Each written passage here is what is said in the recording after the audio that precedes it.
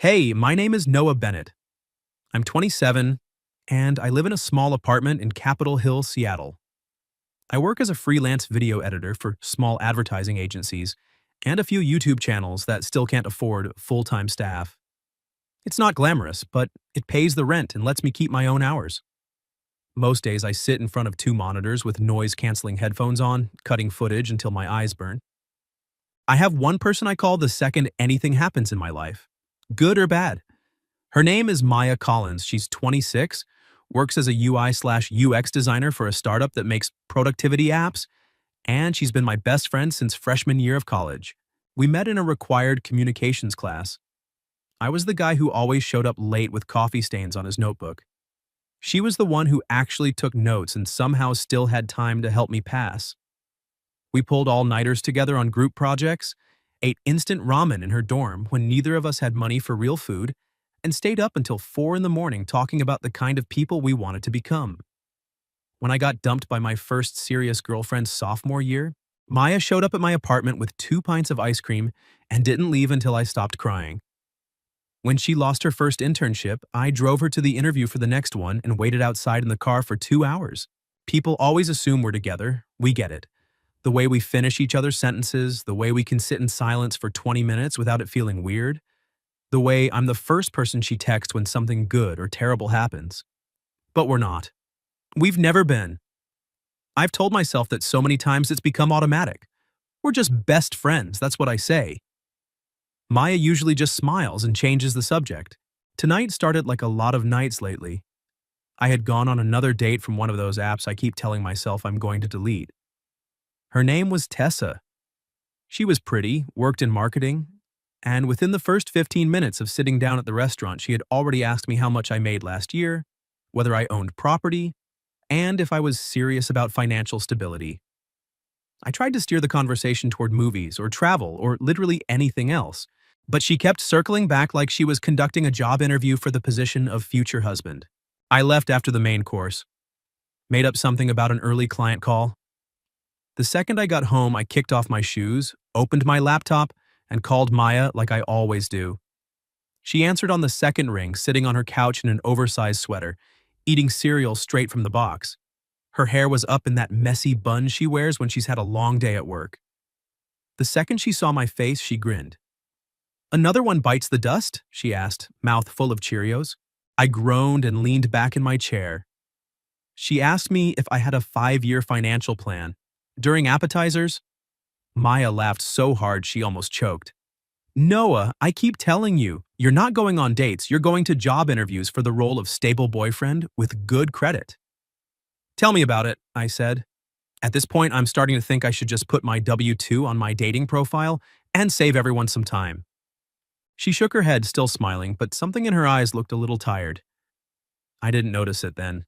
I was too busy venting. "I don't know why I keep doing this," I said. "Every time I meet someone new, it feels like I'm checking boxes instead of actually connecting with a person. Maybe I should just delete the apps for real this time." Maya was quiet for a second, then she said, "You've said that before." "Yeah, well, this time I mean it." She gave me a small smile that didn't quite reach her eyes. "You always say that too." We talked for another hour, the usual stuff. She told me about a nightmare client who kept changing the app design at the last minute.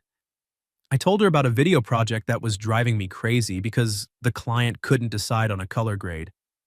We made fun of our mutual friend Grant, who had started wearing beanies indoors like he was in a music video. It felt easy. It always feels easy with Maya. Around 11:45, she yawned and stretched. "I should probably sleep. I have an early meeting tomorrow." "Yeah, me too," I said, even though I didn't. "Thanks for listening, again." "Always," she said. Then she did that thing where she tilts her head a little and looks at me like she's about to say something else. But she didn't. She just smiled. "Good night, Noah." "Good night, Maya." I watched her reach for her laptop to end the call. The screen went black for a second, then came back. I figured it was just lag. I was about to close my own laptop when I heard another voice in the background. "Chloe, Maya's roommate?" I should have closed the laptop right then. I should have respected her privacy. But something made me pause. Chloe's voice came through clearly. Was that Noah again?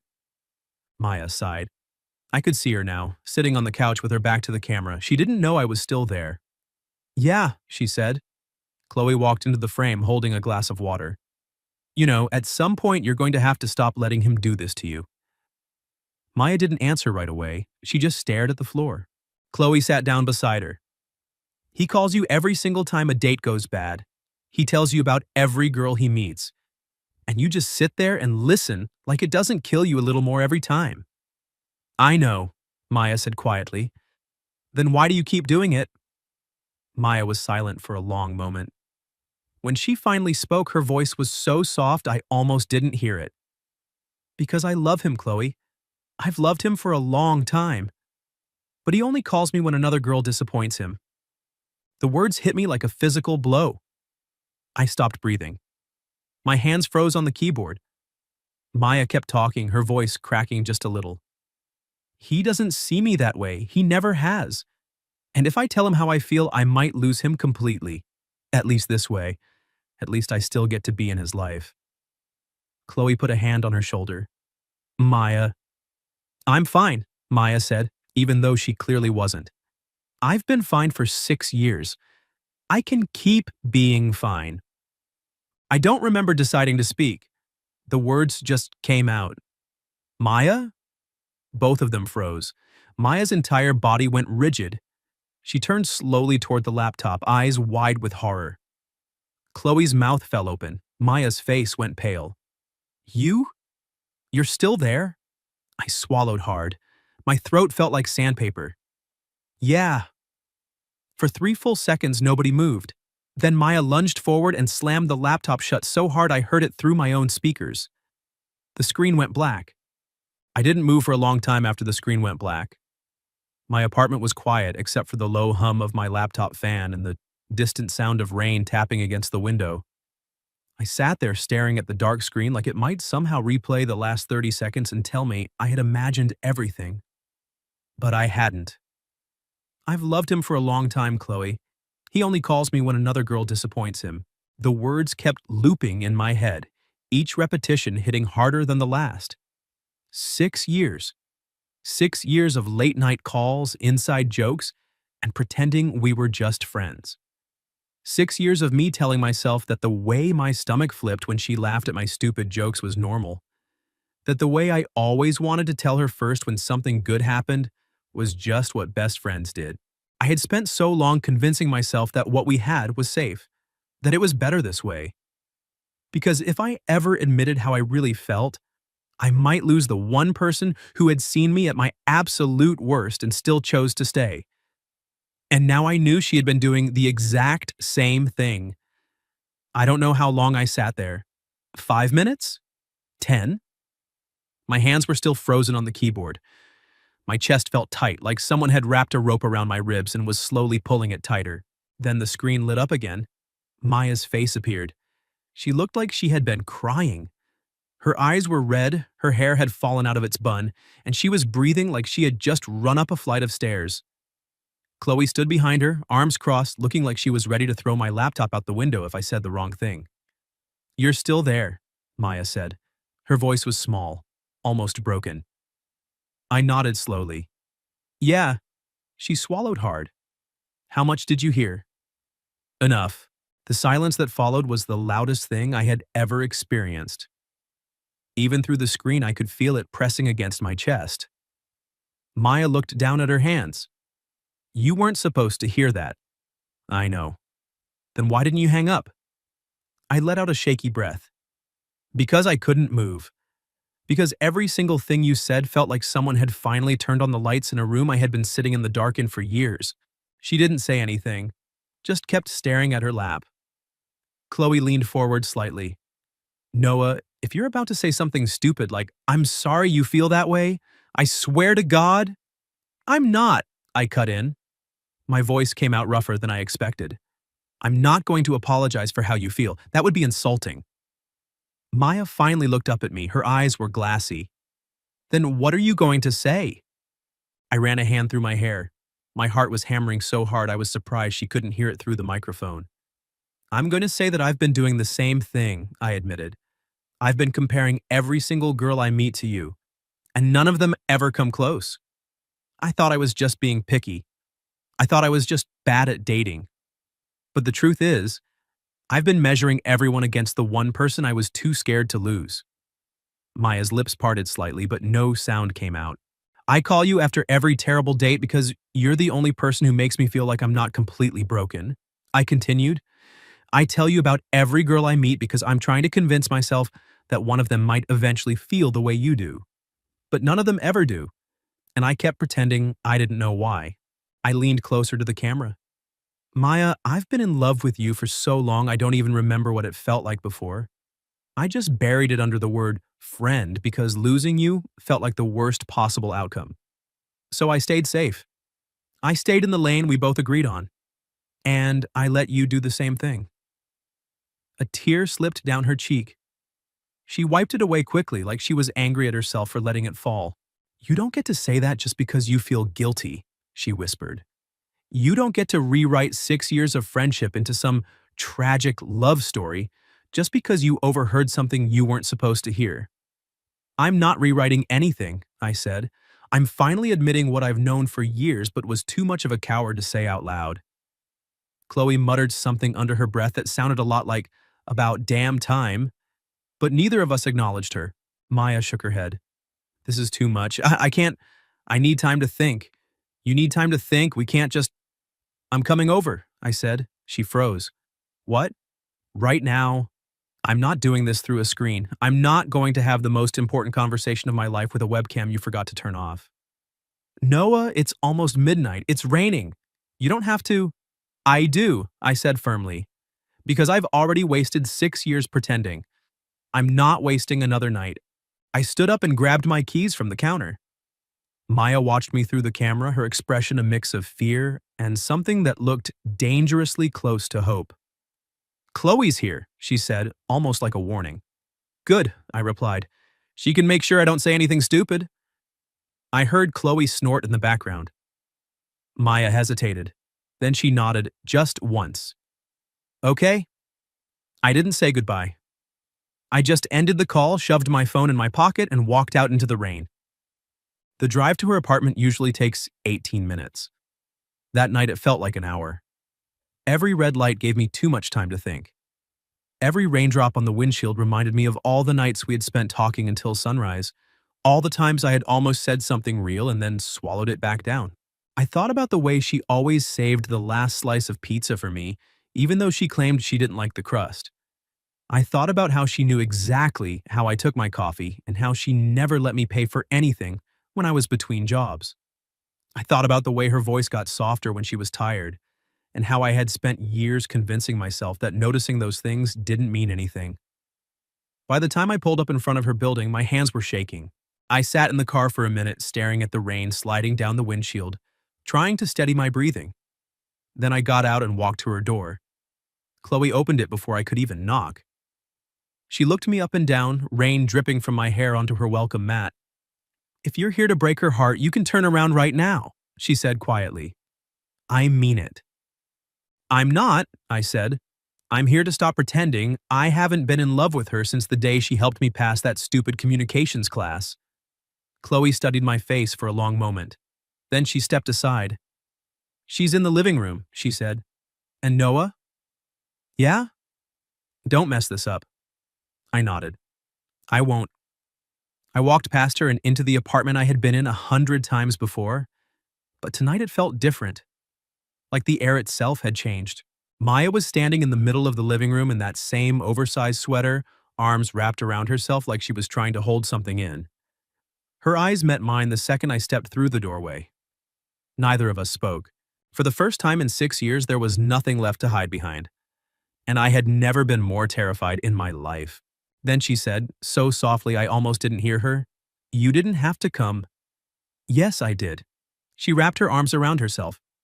Noah, it's the middle of the night. It's pouring. You could have waited until morning. You could have. I couldn't, I cut in. Because if I waited, I would have found a reason to keep waiting, and I've been doing that for too long already. Maya looked down at the floor. You heard everything. I did. And now you feel bad. You feel guilty. So you're here because you don't want to be the bad guy who broke his best friend's heart without even knowing it. I took a slow step closer. Is that really what you think? She didn't answer. I took another step. Maya, I'm not here because I feel guilty. I'm here because for the first time in 6 years, I finally have an excuse to stop lying to myself. And to you. She looked up at me then. Her eyes searched mine like she was trying to find the catch. The part where this all fell apart. What if I hadn't forgotten to turn off the webcam? She asked. Her voice cracked on the last word. What if you had never heard me say those things? Would you still be standing here right now? I was quiet for a long moment. I owed her the truth, even if it hurt. Probably not, I admitted. I would have kept pretending. I would have kept calling you after every bad date and telling myself it was just friendship. I would have kept comparing every girl I met to you and convincing myself that one day I'd find someone who felt even half as right as you do, and I would have kept lying to both of us. Maya's eyes filled with fresh tears, but she didn't look away. I'm sorry, I said. I'm sorry it took me this long. I'm sorry I made you carry this alone.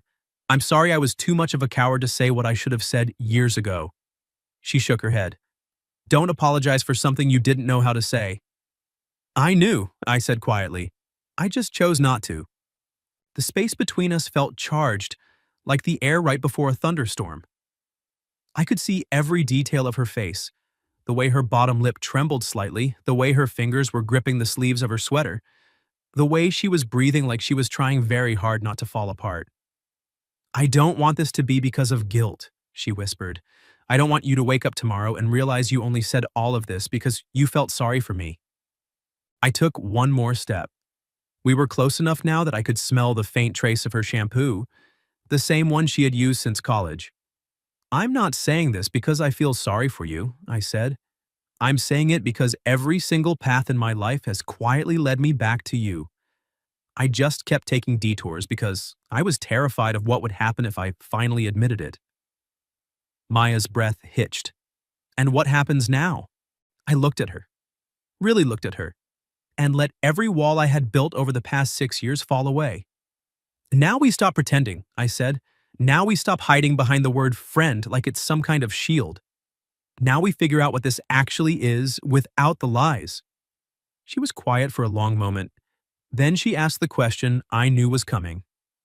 What if we cross this line and it ruins everything? I didn't hesitate. I don't want to go back to where we were, I said. I don't want to keep being the guy who only calls you when someone else disappoints him. I don't want to keep watching you be brave enough to love me while I stay safe behind a label that doesn't fit anymore. Maya's eyes searched mine one last time. Then she took a shaky breath and whispered, Then don't kiss me if you're going to call this a mistake tomorrow. I reached up and brushed a strand of wet hair away from her face. My hand lingered against her cheek. I'm not going to call this a mistake, I said. I'm going to call it the thing that should have happened a long time ago. And then I kissed her. It wasn't rushed. It wasn't desperate. It was slow and careful and full of every unspoken word we had swallowed down over the years. Her hands came up to rest against my chest like she was making sure I was real. My arms wrapped around her waist like I was finally allowing myself to hold something I had wanted for so long, I had forgotten what wanting felt like. When we pulled apart, her forehead rested against mine. We were both breathing hard. I've wanted to do that since the night you brought me soup when I had the flu sophomore year, I admitted quietly. Maya let out a shaky laugh that sounded more like a sob. I've wanted you to do that since the night you stayed up until 4 a.m. helping me finish my final project, even though you had your own exam the next day. I smiled against her forehead. We're idiots. The biggest, she whispered.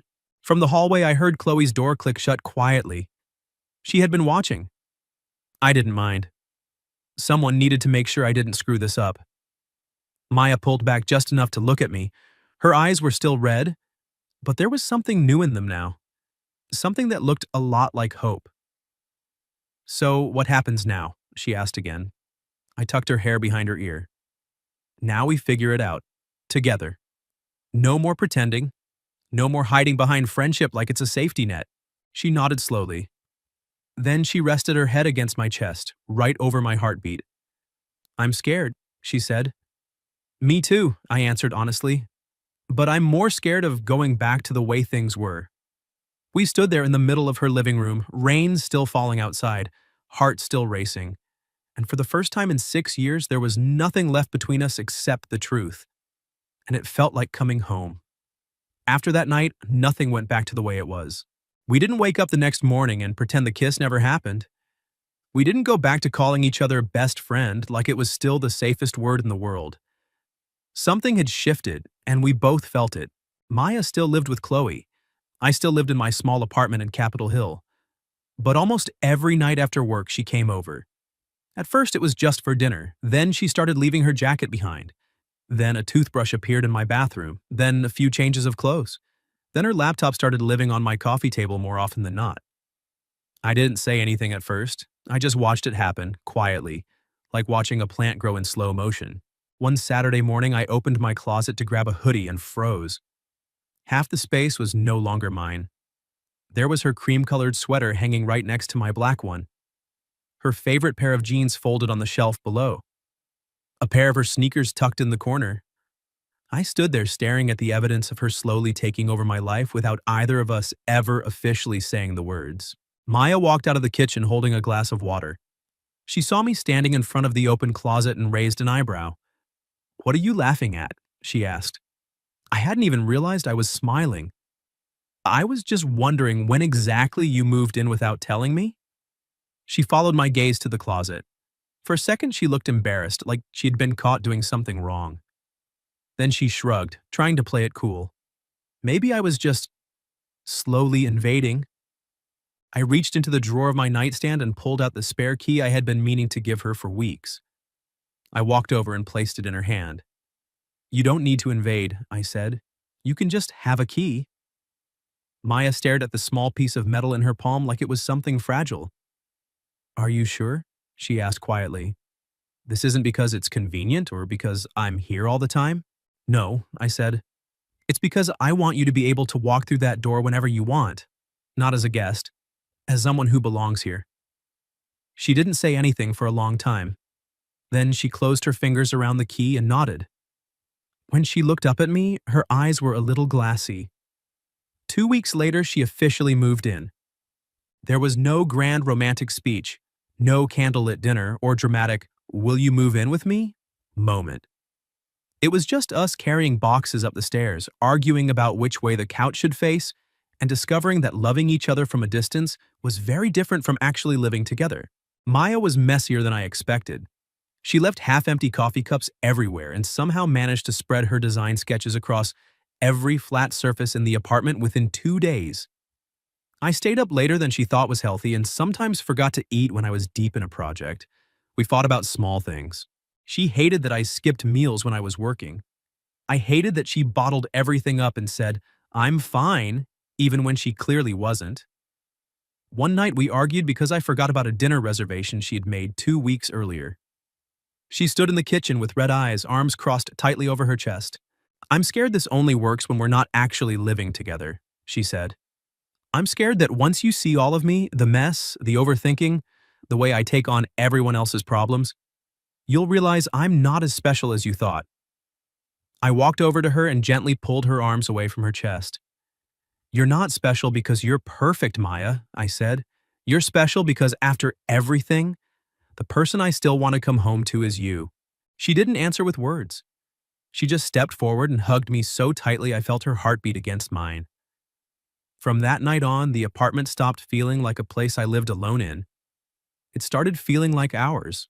There was the sound of her keyboard clicking in the living room while I edited videos. There were her half-finished coffee cups on the table. There were mornings when I woke up to her voice calling from the kitchen, "Noah, did you eat breakfast, or are you surviving on coffee again?" For the first time in a very long time, I understood what it meant to have a home that wasn't just four walls. It was the person who made me want to come back to those four walls every single day. Then one morning, everything changed. I woke up to Maya standing by the window, phone pressed to her ear. Her face was serious in a way I rarely saw. I couldn't hear the full conversation, but I caught pieces of it. "How's Dad doing?" "The store chain." "I'll think about it." When she hung up, she sat down on the edge of the bed and told me everything. Her family owned a small chain of stores in Oregon: handmade candles, local crafts, home goods, and gifts. Her father had built it from one tiny shop into 5 locations over nearly 20 years. But his health had declined recently, and her older brother didn't want to take over the business. Her mother had called that morning asking Maya to come home, not for a visit, to take over. I sat there listening, trying to keep my face neutral even though my stomach had dropped. Maya looked down at her hands. I knew this day would come eventually. I just didn't think it would come right now. Right now. Right when we had just started being honest with each other. Right when her clothes were in my closet and her toothbrush was in my bathroom. Right when we had finally stopped hiding behind the word friend. I took a slow breath. Do you want to go? She didn't answer immediately. I love my dad, she said finally. I know how much that store chain means to him. But I also don't want to go back and lose everything I've built here. She looked at me then, and I saw the fear in her eyes. And us? I asked quietly. That's the part that scares me the most. Maya went back to Oregon for 3 days to visit her father. Those 3 days were the quietest my apartment had ever felt. But it wasn't the same kind of quiet as before. Her hoodie was still draped over the back of the couch. Her toothbrush was still in the bathroom cup. The box of tea she liked was still sitting on the kitchen counter. Everything reminded me that she hadn't disappeared. It just didn't guarantee that she would come back. On the second night she called me on video. This time, she didn't forget to turn off the webcam. She was sitting in her old bedroom at her parents' house, surrounded by wooden shelves filled with family photo albums. She looked exhausted. My dad wants me to come home, she said quietly. I didn't know what to say. If I told her to stay, I was being selfish. If I told her to go, I was pushing her away with my own hands. So I asked the only question that mattered. What do you want? Maya looked down at her hands. I want to help my dad, but I don't want to give up the life I've built just to live someone else's dream. That sentence stayed with me long after we hung up. The next day, she had a family meeting. Her mother wanted her to move back immediately. Her father didn't pressure her, but his silence carried more weight than any request. Her older brother was blunt. You're the one who understands the brand the most, he said. If you don't come back, the stores will probably have to be sold eventually. Maya stood in the old kitchen where she used to help her father pack orders when she was little. She looked at the photos on the wall. She looked at her father's hands, which had started to tremble more than before. Then she said, I'll help, but I'm not moving back permanently. The room went silent. I can rebuild the entire online system, she continued. New website, online ordering, shipping across states, social media, everything. I'll fly back a few days every month to check on the stores, but I can't leave the life I've made in Seattle. Her mother asked, because of him? Maya was quiet for a few seconds. Then she answered, partly, but not only because of him. She looked at her father. I'm staying because for the first time, I have a life that I actually chose. I love this family. I love your store. But I also love the person who's waiting for me to come home. Her father didn't speak for a long time. Then he simply asked, is he good to you? Maya nodded. Yes. Does he make you smile? She smiled then, even with tears in her eyes. Yes, even when he's being an idiot. Her father let out a slow breath. Then don't leave the person who makes you want to come home. That was the moment Maya started crying. That same night, she called me again. The second I answered, she said, I'm coming back to Seattle. I closed my eyes.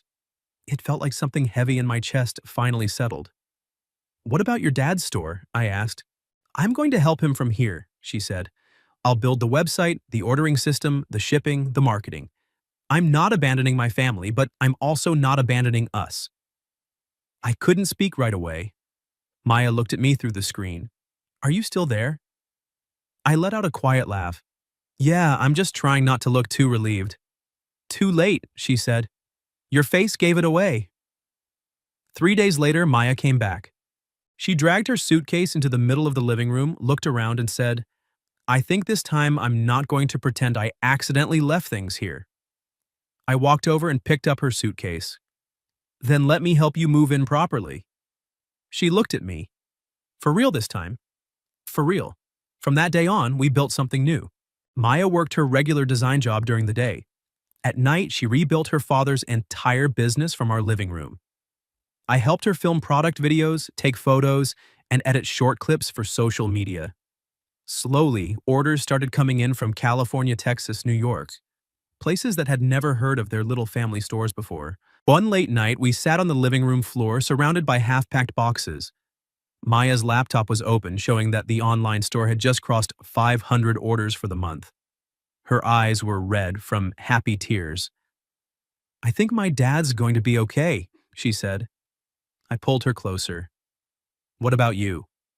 She rested her head on my shoulder. "I think I am too." Her laptop was still open. The webcam was still on from the video call she had just finished with the store staff. I could see our reflection on the small screen. Two people sitting on the floor in the middle of a life we had chosen. I looked at her and asked, "Are you planning to turn the webcam off this time?" Maya laughed. "No need. I don't have anything left to hide." I looked at her. "Then say it." She turned to face me, calm and steady. "I love you," she said, "and I'm choosing to stay." I took her hand. "I love you too." This time, there was no accidental confession through a forgotten webcam, no secret spilled because of a technical mistake. Just two people who had spent 6 years being terrified of losing each other, finally choosing to build a home, a life, and a future where nothing needed to be hidden anymore.